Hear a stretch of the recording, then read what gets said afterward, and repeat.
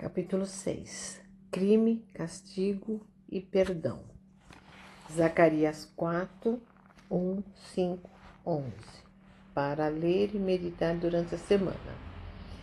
Deuteronômio 11, 26, 28. Bênção ou maldição. Salmo 103, 11 e 12. Deus afasta o nosso pecado. João 3, 5. Cristo destruiu o poder do pecado. Romanos 1, 18, 32. Deus os entregou ao pecado. Salmo 32, culpa ou sofrimento. Hebreus 12. Deus disciplina o pecado. Em Gálatas 3, 13, Cristo se fez maldição por nós. Introdução. Você já sentiu-se culpado? A culpa é destrutiva, não é mesmo? A culpa atormenta qualquer pessoa que corrói a alegria de quem é dominado por uma consciência pesada. O famoso livro do Crime e Castigo de Dostoiévski narra a história do Raskolnikov, um jovem que mata a proprietária do pequeno apartamento em que ele mora. Ninguém sabe que ele matou aquela senhora. A princípio foi um crime perfeito. Mas como superar o sentimento de culpa? Assim começa o inferno de Raskolnikov, pelo crime ocultado e pela culpa não confessada. Crime e castigo apenas ecoam um princípio ensinado nas Escrituras. Você não pode sentir-se feliz e culpado ao mesmo tempo. Tortuoso é o caminho do homem, carregado pela culpa, em Provérbios 21, 8. Deus puniu Israel pelos crimes praticados e não ocultou a culpa deles. No entanto, a palavra final de Deus para ele é de perdão e restauração. O pecado trouxe dias difíceis para Israel. Os judeus tornaram-se súditos de reis pagãs e seus pais foi reduzido a pó. O tempo do Senhor se resume a uma pedra fundamental, pois fora derribado pelos exércitos de Nabucodonosor. Embora tenham retornado ao cativeiro, os judeus ainda vivem sob o poder idólatra. Apesar do sofrimento passado e presente, Israel insiste em andar em seus pecados. Nesse cenário, Deus usa a vida de Zacarias para anunciar uma nova mensagem de repreensão e de perdão. Segundo a quinta visão e a sexta e sétima visão são as respostas de Deus ao pecado dos exilados que retornaram para Jerusalém. E a oitava visão anuncia a derrota final dos inimigos do povo de Deus. O pergaminho voador. Em sua sexta visão, Zacarias vê um rolo voante, um pergaminho voador, o que não é nada bom. No Antigo Testamento, os pergaminhos contêm palavras de juízos aos líderes. Jeremias 36, 1, 3, Ezequiel 2, 9, 10, Apocalipse 5, 1, 9, 10, 1, 11.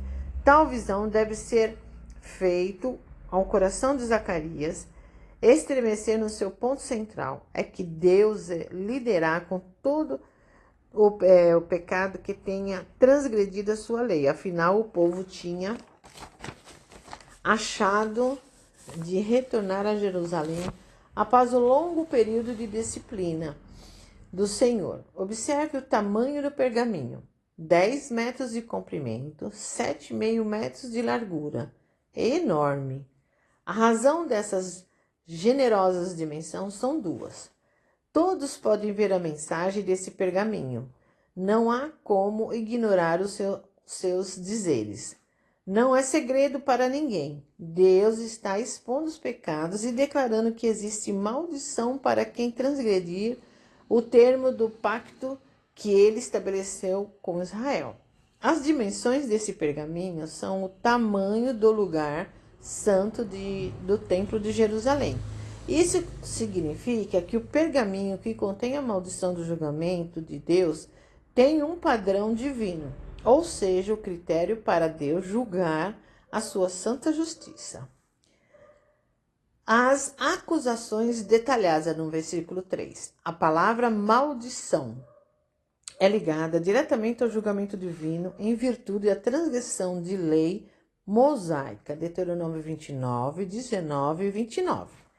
Parece que a prática da idolatria principal, a razão pela qual os judeus foram enviados para o exílio, não ocorreu mais entre eles. Israel aprendeu a lição e passou a cultuar apenas o Senhor após o cativeiro babilônico. Mas as transgressões do povo não pararam. E Deus fez questão de especificar os pecados. Ele diz que há quem roube e minta com falso juramento para obter vantagens nos negócios.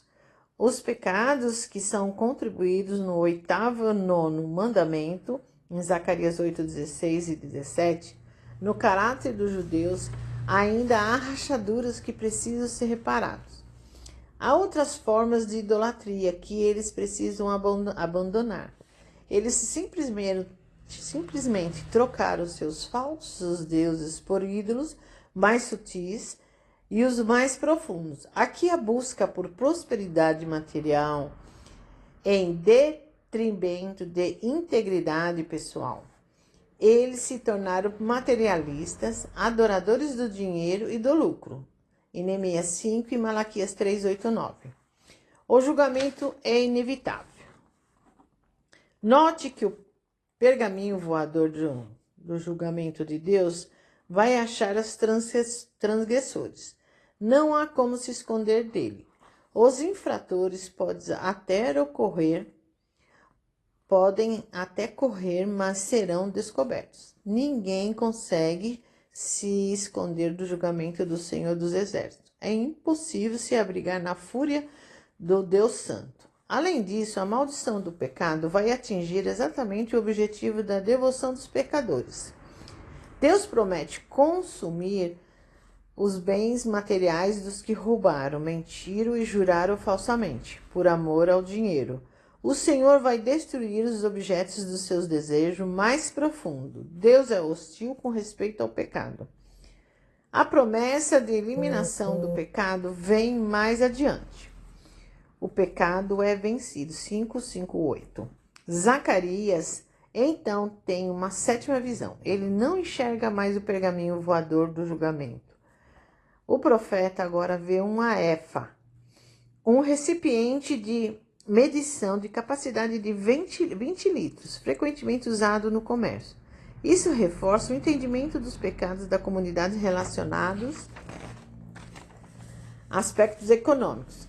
Dentro dessa grande cesta ou barril, há uma mulher sentada e o seu nome é Impiedade. Versículo 8.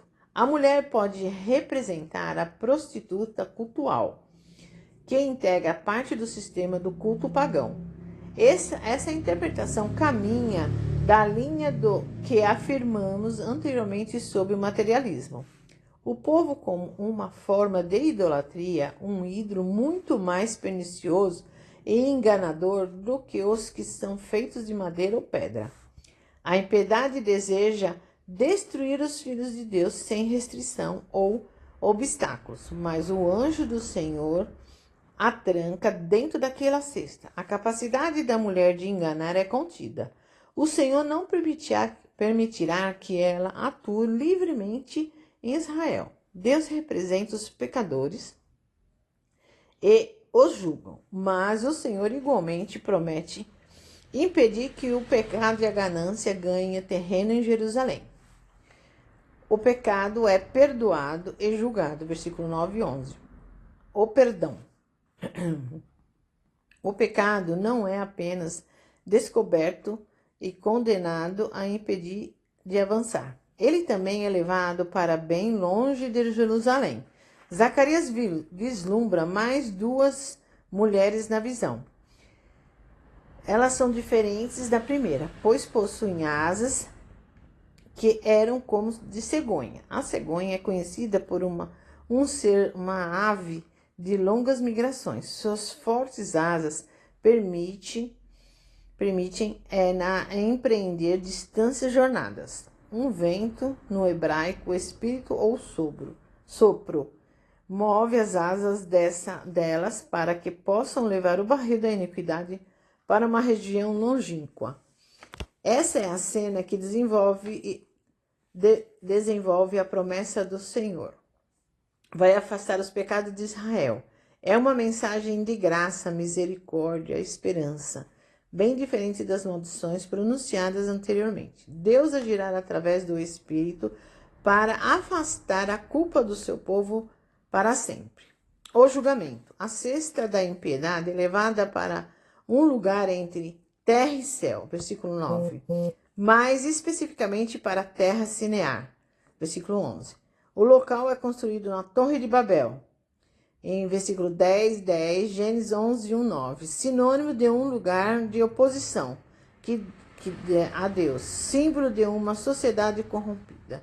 Sendo levada para a terra de Sinear, ou Babilônia, essa mulher nos remete a Apocalipse 17. A mulher ali descrita, a mãe das prostitutas, representa um mundo imoral e pagão que trabalha com Satanás, Apocalipse 17, 3, 5, cujo propósito é destruir a igreja, Apocalipse 17, 6. A maldade é enviada ao lugar em que ela pertence. Um templo é construído para ela, a fim de que possa ser adorada. Enquanto Deus livra seu povo dos pecados, ela deixa o mundo rebelde viver no pecado. Se Deus age para conter e remover o pecado da igreja, ela também age para entregar o mundo ao pecado. Em Romanos 1, 18, 32, a ira divina neste mundo se revela quando Deus silenciosamente entrega alguém para ser dominado pelas mentiras ídolos para que escolheu para si. Porém, haverá um dia em que essa terra será julgada, a Babilônia, a grande, definitivamente cairá. Apocalipse 18, 2, 8, 19, 3. O inimigo é derrotado. A oitava visão, 6, 1, 8. Faz paralelo com a primeira, tendo as imagens similares, em que a conclusão irônica, que é a resposta da oração de 1:12.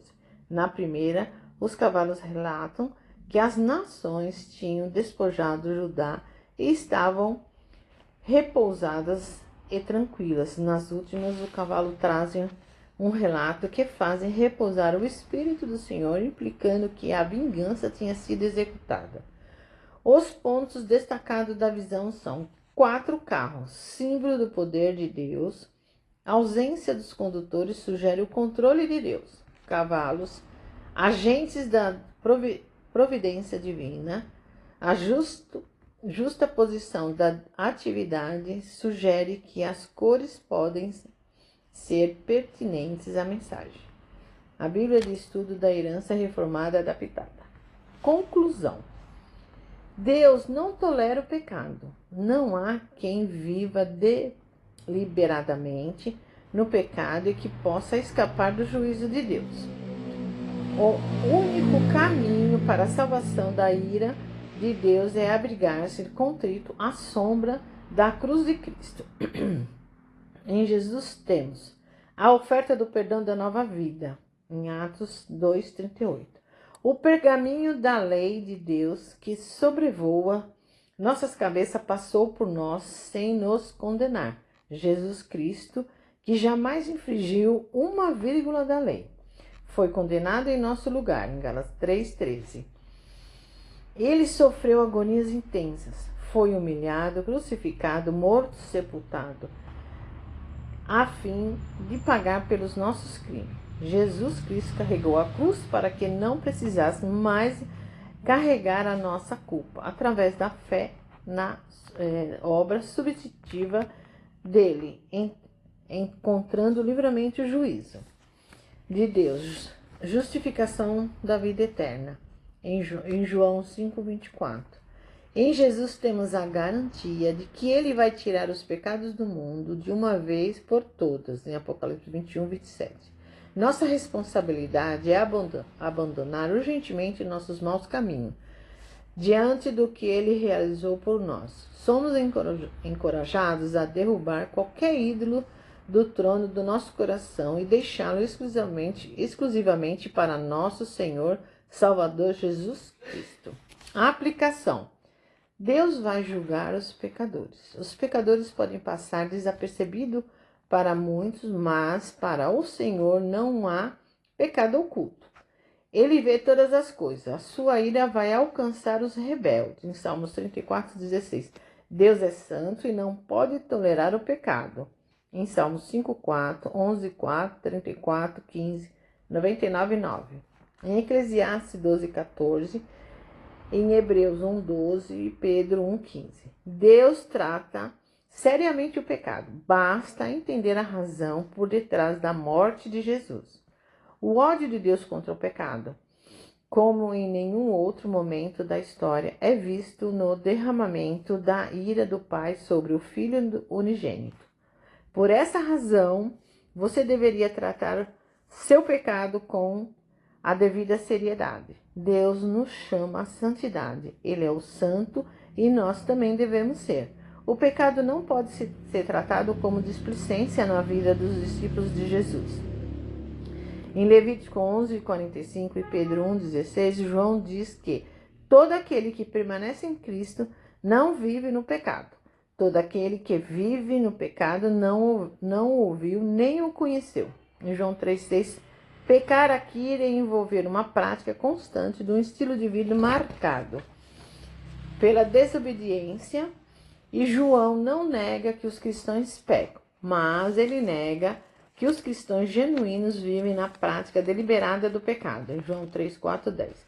O juízo de Deus é implacável contra os réus inconfessos. Em Apocalipse 6, João também tem uma visão do julgamento de Deus sobre a terra. A cena é desesperadora, pois todos, desde os poderosos até os oprimidos, vão tentar se esconder nas cavernas, nos penhascos, nos montes, da ira do Cordeiro.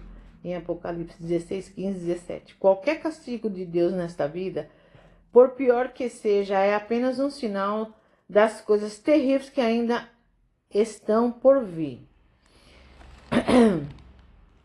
Deus oferece perdão ao pecador. Deus é severo para com o pecador empedernidos, mas surpreendentemente bondoso para os pecadores arrependidos. Em Romanos 11:22.